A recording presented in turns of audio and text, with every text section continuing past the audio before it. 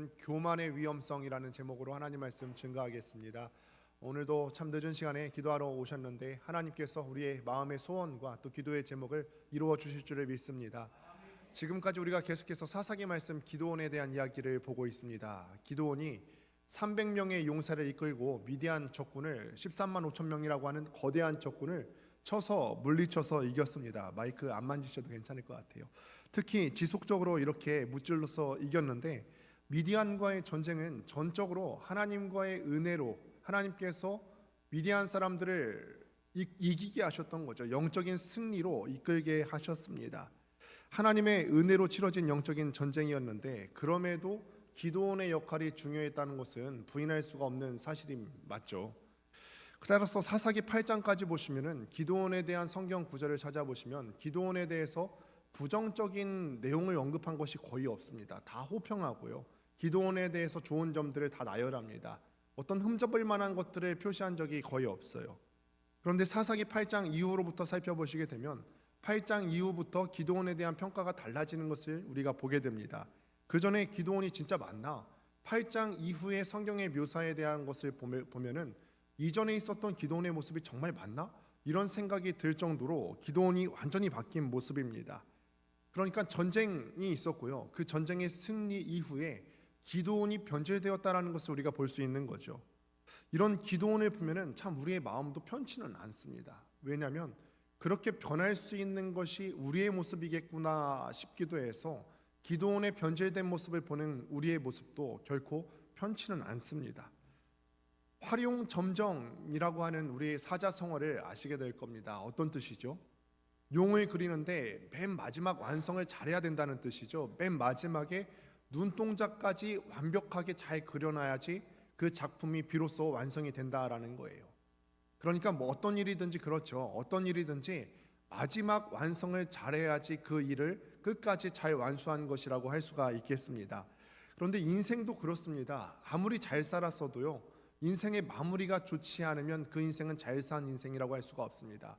인생도 마무리가 좋아야지 좋은 인생이 될 수 있는 거죠.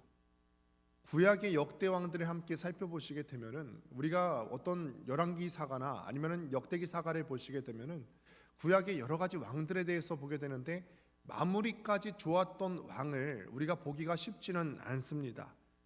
우시야 왕, 그래도 남유다의 선한 왕이라고 일컬어지는 우시야 왕만 해도 그렇습니다. 우시야 왕이 16살의 어린 나이에 왕위에 등극해서 52년 동안 그 유다를 통치하게 됩니다.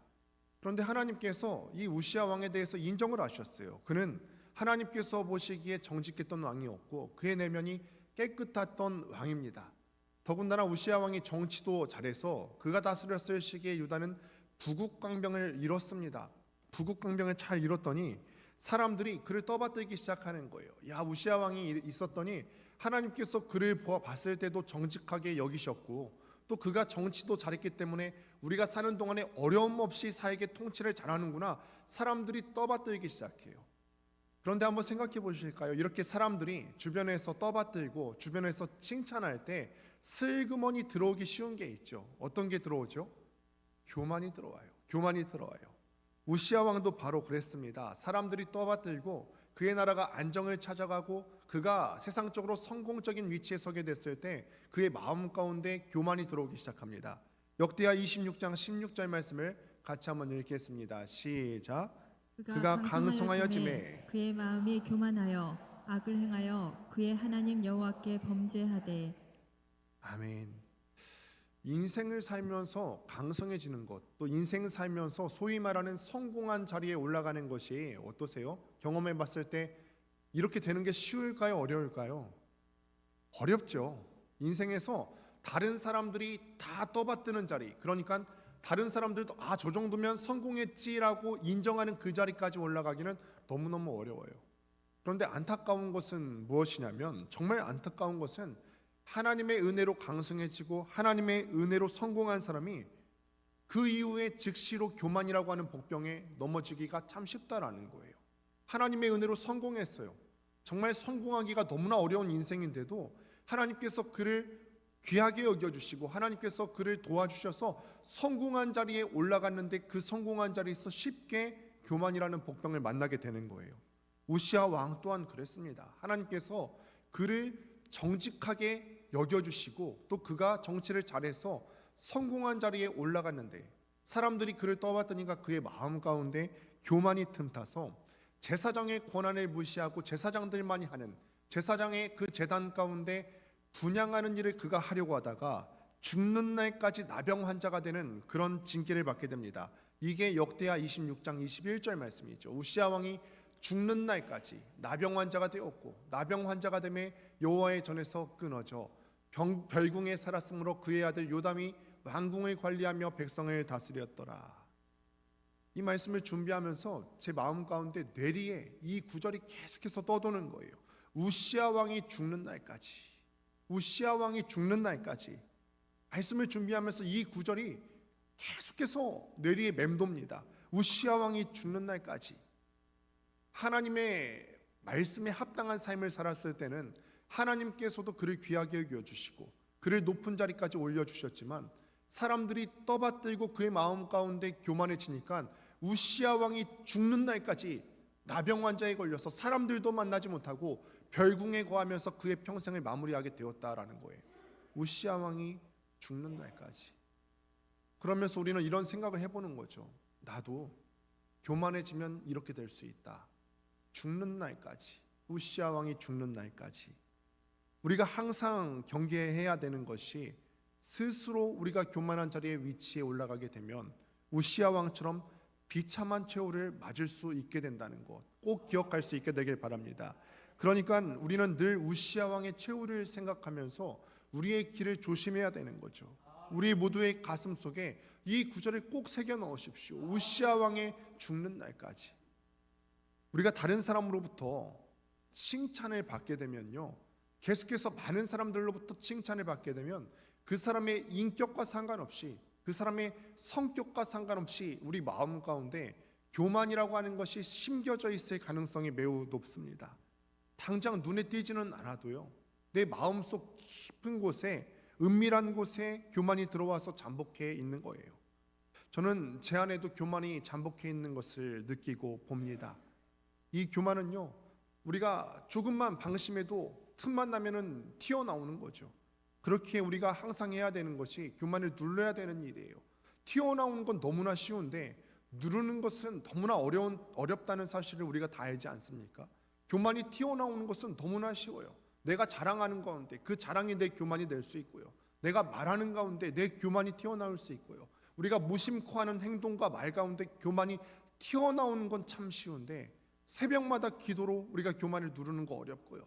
말씀 보면서 우리가 교만을 누리는 것 참 어렵습니다. 그럼에도 불구하고 이 힘든 수고가 필요한 일을 넉넉하게 감당하실 수 있게 되기를 바랍니다. 우리를 타락시키는 이 교만과 관련해서 우리가 반드시 기억해야 되는 사항 두 가지가 있습니다. 첫 번째로는요, 사람은 성공한 다음에 곧바로 변질되기가 너무 쉽다라는 거예요. 따라서 어떤 면에서 보면은 이런 생각도 한 적이 있어요. 사람이 성공한 다음에 사람들이 막 칭찬해주고 사람들이 막 떠받들어주고 그 성공 때문에 사람이 실패로 끝나게 된다면 차라리 어떤 경우에서는 성공하지 못하는 것이 그의 영혼에 있어서 유익할 수 있겠다, 이런 생각이 들 때가 있어요. 그러니까 우리의 육체는 성공하면 편할 수 있지만 우리의 영혼을 위해서는 때로는 성공하지 못하는 것이 우리의 영혼의 유익이 있을 수 있겠다. 여러분 어떤 걸 원하십니까? 육신이 성공하길 원하십니까? 영혼이 성공하길 원하십니까? 영혼이 성공하길 원하죠. 그래서 때로는 우리가 영혼이 성공하기 위해서 때로는 제 마음 가운데 드는 생각이 그거예요. 육신이 성공하지 못하는 것도 괜찮을 수 있겠다. 다만 제가 바라기는요, 지금 아무도 아멘을 안 하셨어요. 다만 제가 바라기는 그래도 우리 성도님들이 직장에서 형통했으면 좋겠고 또 가정에서 형통했으면 좋겠고 물질적으로 공궁하지 않았으면 좋겠습니다. 그러나 더 크게 기도하는 것은 그 성공 때문에 우리의 영혼이 파멸의 길로 간다면 차라리 성공하지 못하게 해주세요. 이 기도가 낫지 않겠습니까?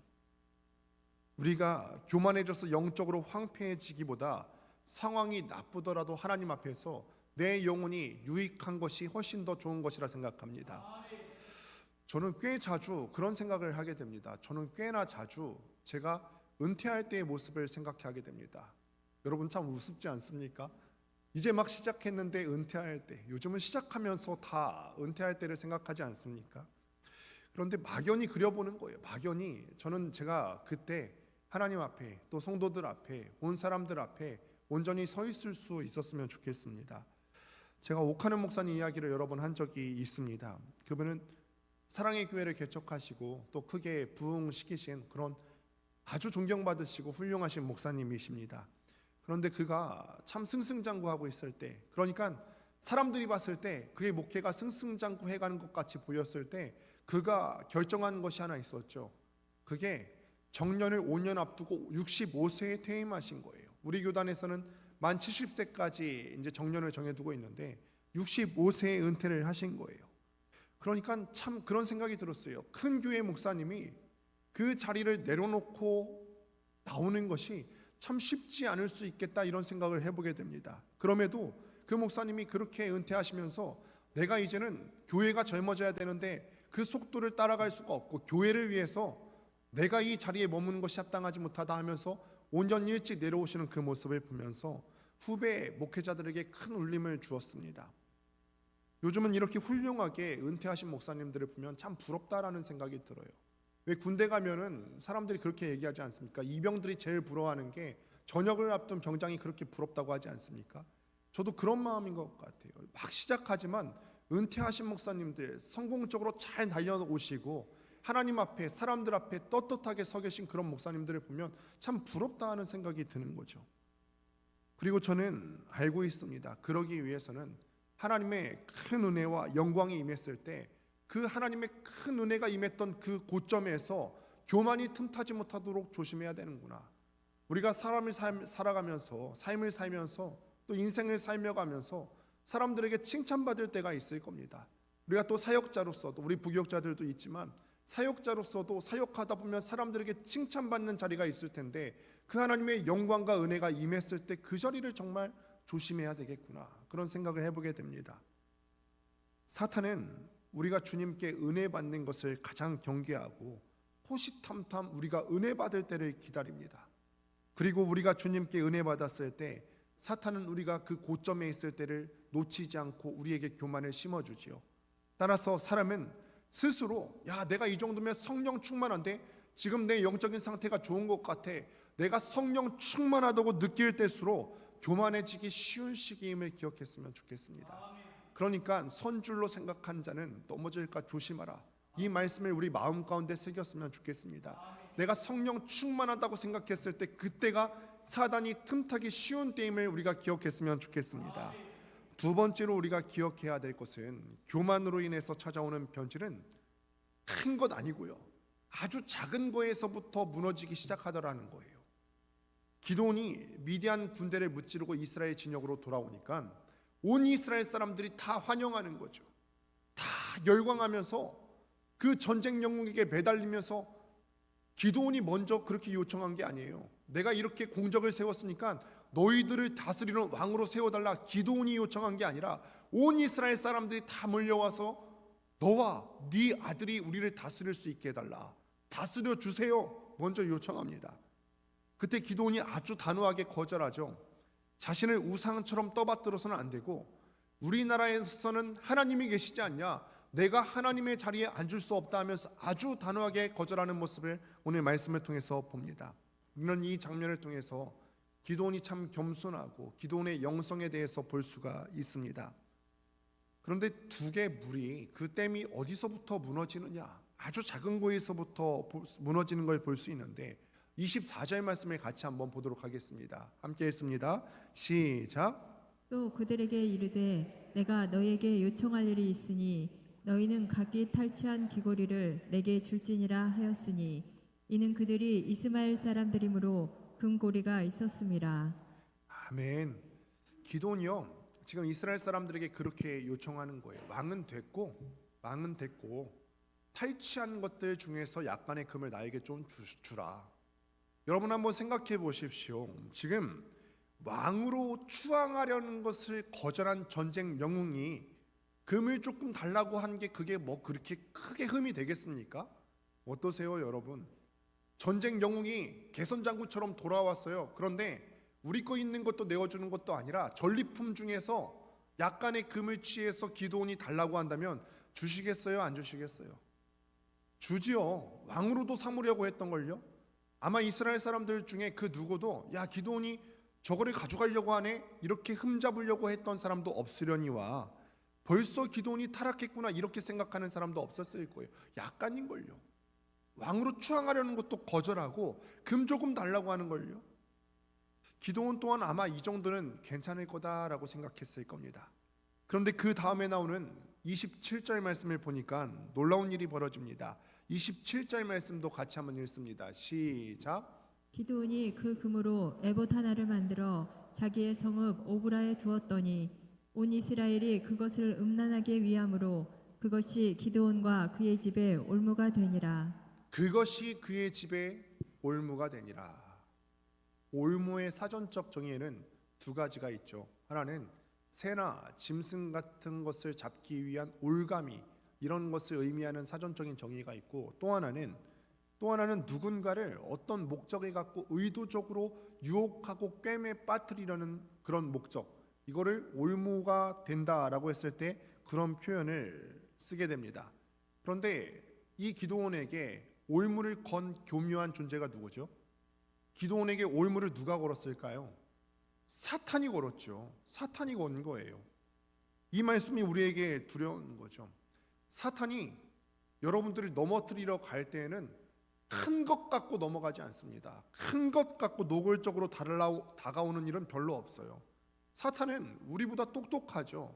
사탄은 정말로 영악한 존재입니다. 그렇게 어리석지 않아요. 눈에 보이는 큰 펀치를 갖고 우리에게 다가오는 것이 아닙니다. 그는 우리가 방심할 때 자연스럽게 우리의 약한 부분, 작은 부분을 틈타서 우리에게 들어오는 거죠. 엄청 크고 엄청 무거운 죄가 우리의 삶을 무너뜨리고 우리의 영성을 무너뜨리는 것이 아닙니다. 우리의 방심은 아주 작고 사소한 데서 시작됩니다. 그리고 그 작은 방심, 왕도 거절했는데 이 금쯤은 받아도 되겠지 하는 이 작은 방심에서부터 그것이 그의 올무가 되었다라는 것을 기억하십시오.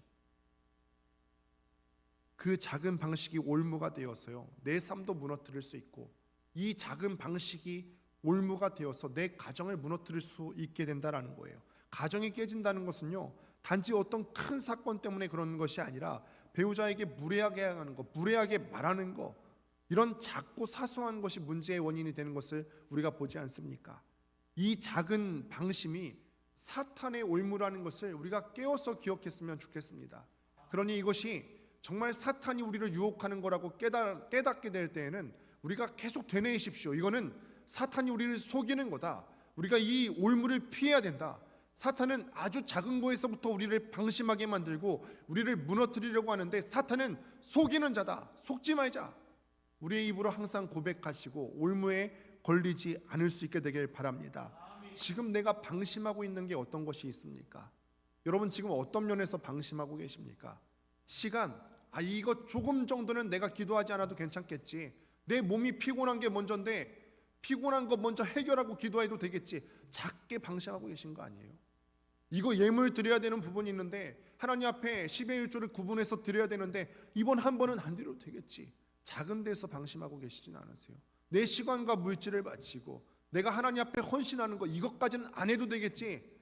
플리마켓 나 하나쯤은 빠져도 되겠지. 새생명축제 나 한 명쯤은 작정 안 해도 되겠지. 작은 거에서부터 방심하고 계시지 않습니까? 사탄은 작은 거에서부터 우리를 무너뜨려 온다는 것을 꼭 기억했으면 좋겠습니다. 그렇다면 이제 기드온이 백성들에게 요구한 금을 갖고 무엇을 요구했는지 한번 보시도록 하겠습니다. 기드온이요 이 금을 갖고 자기가 가지려고 한 게 아니에요. 어떤 훌륭한 어떤 아름다운 장식품을 만들고 명품을 만들려고 한 게 아니에요. 명분이 있습니다. 27절 말씀을 보니까 이 금으로 에봇을 만들려고 했는데 에봇은 제사장의 예복입니다. 제사장의 의복입니다. 그러니까 사람들은 열광했겠죠. 이야 기드온이 전쟁 영웅인데 그 금을 달라고 해서 약간 의심했는데 어라? 이 금을 갖고 자기를 위한 것이 아니라 제사장의 예복을 만드네. 기드온이 노리려고 했던 게 뭘까요? 기드온은 자기 눈으로 사람들이 자기에게 더 열광하는 것을 보고 싶었던 거죠. 하나님을 위하는 척하면서 제사장의 예복을 만드는 척하면서 이걸 통해서 사람들의 칭찬을 더 받고 싶었던 거예요. 사람들이 자기에게 더 열광하고 싶었던 것을 자기의 눈으로 확인하고 싶었던 거죠.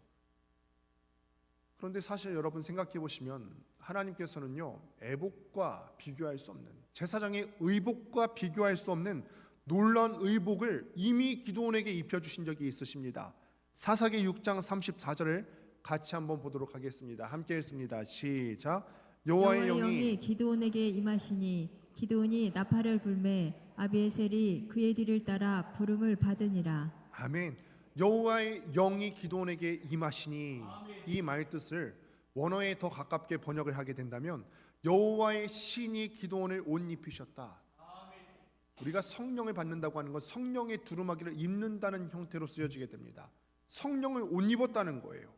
하나님께서는요, 금으로 치장한 애복과는 비교할 수 없는 여호와의 신을 기드온에게 옷으로 입혀주신 적이 있으세요. 기드온은 이 영의 옷을 입고 전쟁에서 승리할 수가 있었죠. 성령의 옷은 세상 사람들의 눈에는 잘 보이지 않습니다. 이 사람이 성령 충만하다고 해서 내가 직장에 갔을 때 아니면 가정에 들어갔을 때 사람들이 이거를 바로 볼 수 있는 건 아니에요.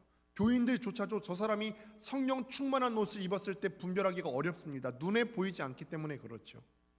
사람들은요, 눈에 보이는 성과를 갖고 칭찬하고 눈에 보이는 성과를 갖고 그 사람을 떠받듭니다.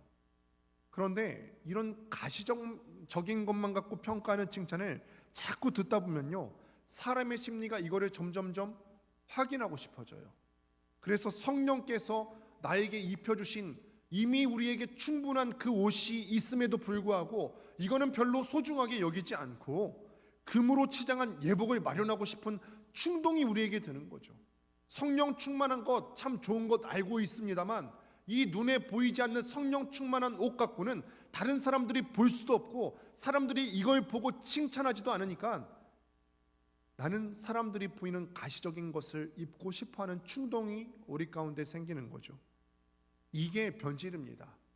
눈에 보이지 않는 성령 충만의 옷을 벗어두고 사람들의 눈에 보이는 가시적인 옷을 입고 싶어하는 것이 우리 마음 가운데 생겨나는 변질이에요. 여러분 어떠세요? 금으로 치장한 화려한 에봇을 입기 원하십니까? 아니면 성령 충만의 옷을 입기를 원하십니까? 우리 안에 겉으로 치장한 금 에봇을 만들려는 시도가 있다면 이것이 우리에게 영적인 적시론화라는 것을 깨달으시기 바랍니다. 그래서 우리가 금으로 치장한 에봇을 원하는 것이 아니라 성령 충만의 옷을 사모할 수 있게 되길 간절히 소망합니다. 영화 도가니라고 하는 영화를 보신 분도 계시고 또 안 계신 분도 계실 텐데 거기에 보면은 아주 악독한 학교 교장 선생님이 나옵니다. 그래서 청각 장애인들에게 악행을 일삼고 기행을 일삼고 학대하면서 아주 나쁜 교장입니다. 그런데 그가 재판장에 가해자 신분으로 앉게 됐는데 그 가해자 신분으로 앉게 되자 그 부인을 비롯해서 그 교회에 있었던 같은 교회에 다녔던 성도들이 다 피켓 들고 그를 모함하지 말라면서, 그분이 또 장로님이었더라고요. 우리 장로님을 모함하지 말라면서 피켓 들고 시위하는 거예요. 그 교장이 교회에서는 존경받는 장로였다는 거죠. 아마 그 교장은 교회에서는 금으로 치장한 에봇을 입었던 그런 사람이었을 겁니다. 그래서 사람들은 그의 내면이 그 겉으로 둘러싸인 금 에봇을 보고 내면이 사탄의 소굴이 된 것을 다른 사람들이 보지를 못했어요. 여러분 어떠세요? 이 교장의 이야기를 제가 들려드렸습니다만 이것이 혹시 우리의 모습은 아닐까요? 사람들에게 보이는 가시적인 옷만 입기를 좋아해서 다른 사람들이 내 안이 이미 사탄의 소굴이 된지도 모르고 그냥 떠받들어 주는 것을 좋아하고 계시진 않으십니까? 오늘 하나님께서 우리에게 주시는 경고는 방심하면 다음이 네 차례다. 우시아 왕이 죽을 때까지를 꼭 기억하셔야 된다는 거죠. 우리는 지금 차분하고 냉정하게 우리의 내면을 들여다보셔야 되는 줄 믿습니다. 겉으로 보이는 것보다, 겉으로 보이는 금 에봇보다 중요한 것이 우리 내면의 상태입니다. 내 마음속은 사탄의 소굴이 되어가는데 겉으로 금으로 치장한 에봇을 입어봤자 아무 소용이 없습니다. 그러니 우리가 꼭 점검하셔서 우리의 내면이 성령으로 옷 입을 수 있게 되기를 주님의 이름으로 축원합니다. 이제 기드온이 어디까지 타락하고 변질되었는지 보겠습니다. 본문 29절부터 31절을 보면요, 그가 아내를 많이 둬서 아들만 70명이 넘게 낳은 것을 볼 수가 있습니다. 그러니 딸까지 계수했더라면 훨씬 많았겠죠. 그 70명이 넘는 자녀들을 낳기 위해서는 아내를 몇 명이나 둬야 될까요? 그가 그만큼 타락했다라는 거예요. 훗날 왕들이 타락했던 것을 보면요, 하나님께서는 왕으로 삼을 때 조심해야 되는 4가지 중에 하나가 아내를 많이 두지 말 것이며 라고 경고하신 적이 있으시거든요. 그런데 기드온이요, 왕이 되기를 거절했지만 그의 삶은 이미 왕과 같은 삶을 살았고, 왕이 왕과 같은 삶을 살면서 타락한 모습을 그의 삶 가운데 가지고 들어왔다라는 거예요. 하나님만 우리의 진정한 왕이라고 고백했던 기드온이 결국은 다른 왕들이 타락했던 것과 같은 길을 걸어가게 되었다라는 거죠. 성경은 기드온의 비참한 최후에 대해서 오늘 본문 33절부터 35절까지 자세하게 기록합니다. 기드온이 죽으니까 이스라엘 사람들이 그를 후대하지 않을 뿐더러 그의 자손들도 후대하지 않을 뿐더러 하나님을 기억하지 않았고 오히려 우상인 바알 브릿을 신으로 삼으면서 숭배한 것을 볼 수가 있습니다. 우리는 기드온의 모습을 통해서 2가지를 확실히 알 수 있었죠. 사람이라고 하는 것은 성공한 이후에 변질되기가 정말 쉬운 존재구나. 사람들이 떠받든 이후에 변질되기 너무나 쉬운 존재구나. 그리고 그 변질은 큰 거에서부터 시작되는 것이 아니라 아주 작고 아주 사소한 거에서부터 변질되는구나. 하나님 앞에 회개하며 나아갈 때 나도 모르게 나의 내면 가운데 생겨난 이 교만이 깨어지는 역사가 있게 되기를 바랍니다. 또한 기드온의 삶을 반면교사로 삼아서 오늘보다 내일 더 겸손하게 하여 주옵소서. 오늘 내 교만했던 모습들, 나도 모르게 내 내면 가운데 사로잡아 있었던 교만의 모습이 깨어지게 하시고 내일 더 겸손히 하나님과 성도들과 가정과 사람을 섬기는 삶을 살게 하옵소서. 성경을 보면 이 기드온의 마지막 모습과 대조되는 삶을 산 인물 중에 사도 바울이 있습니다. 디모데후서 4장 6절부터 8절을 보면은 그의 마지막 고백이 이렇게 나오죠. 전제와 같이 내가 벌써 부어지고 나의 떠날 시각이 가까웠도다. 나는 선한 싸움을 싸우고 나의 달려갈 길을 마치고 믿음을 지켰으니 이제 후로는 나를 위하여 의의 면류관이 예비되었으므로 주 곧 의로우신 재판장이 그날에 내게 주실 것이며 내게만 아니라 주의 나타나심을 사모하는 모든 자에게도니라. 맡겨진 사명 다하고 나를 기다리고 있는 면류관을 기대하는 바울의 모습이 우리에게 주는 감동이 크지 않습니까? 우리의 끝이 이랬으면 좋겠어요. 기드온과 같이 비참한 것 아니고 우시아와 같이 교만에 찌들어서 비참한 인생을 맞이하게 되는 것 아니고 면류관을 바라보면서 끝까지 달려갈 길을 잘 맞춰서 끝까지 겸손해서 끝까지 하나님께서 주신 사명 잘 감당해서 그 마지막에 야 이제 주님께서 주실 면류관이 얼마 남지 않았다, 이거를 고대하며 나갈 수 있는 우리 인생의 마지막이 되었으면 좋겠습니다. 그래서 이 사도 바울의 정신이 이어져서 우리 후손들에게 이렇게 이야기했으면 좋겠어요. 저는 우리 모두가 소망하기는 갑작스러운 죽음이 아니라 죽음을 어느 정도 준비할 수 있었으면 좋겠는데 그 죽음을 준비할 때 후손들에게 이렇게 말해줬으면 좋겠어요. 나는 이 아빠는, 이 엄마는 하나님의 은혜로 여기까지 살았고 여기까지 온 것도 주의 은혜고 내 힘으로 한 것 하나도 없었고 그래서 하나님의 은혜로 살았기 때문에 이제 후회는 없다. 부디 너희들도 하나님의 은혜를 힘입는 인생들 살거라.